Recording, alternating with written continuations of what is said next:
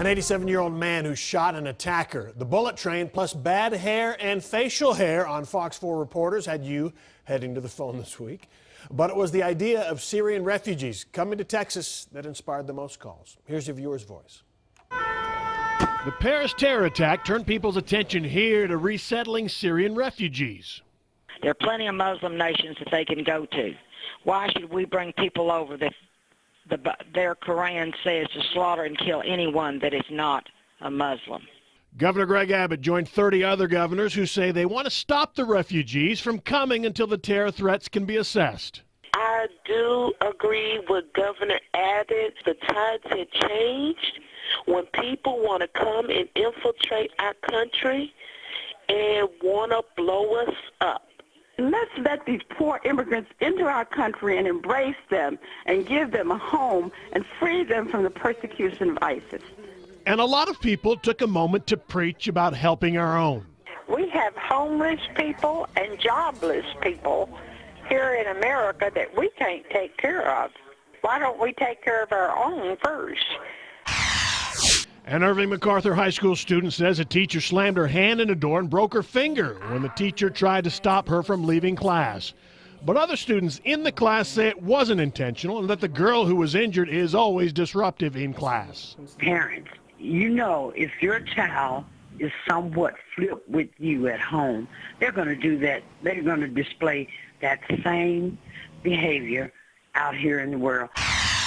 An 87-year-old man was not arrested, but did put on an orange jail jumpsuit to be let out of his home after shooting an attacker in Terrell. I hope no charges are filed on that gentleman and that they give him his pistol back, because evidently he needed it in that case.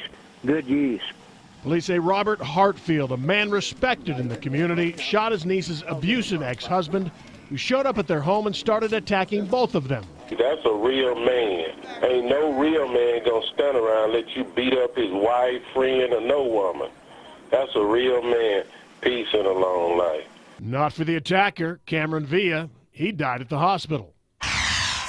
We did 2 in-depth interviews on the proposed privately funded high-speed rail line between Dallas and Houston after the vice president came to town pitching it. I think this bullet train is a really good idea, but I just wonder how we're going to protect it from terrorists. You got to be nuts. I'd wait 2 years to write it, let them work the bugs out. A story on longtime sports writer and author Jim Dent doing 10 years after nearly a dozen DWIs. He's got a movie coming out based on one of his books. The guy that wrote the screenplay was on KERA radio a couple of weeks ago, and he didn't spoil the movie for us like y'all did. I had no idea that the guy died of cancer. Thanks for spoiling it. I really wanted to see that movie. Harper, it's not like spoiling the end of a Star Wars movie. Everybody's All-American is based on a real man, Freddie Jones Steinmark. He was a UT football player who died at age 22. His story is great, even when you know how it ends. Steve Noviello going with a new look this month.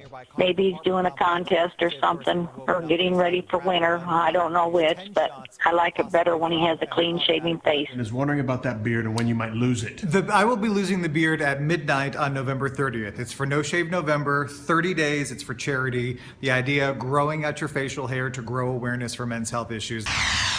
Finally, pesky hair happens on windy days. Looked like Melissa was having a bit of a something about Mary hair gel moment there.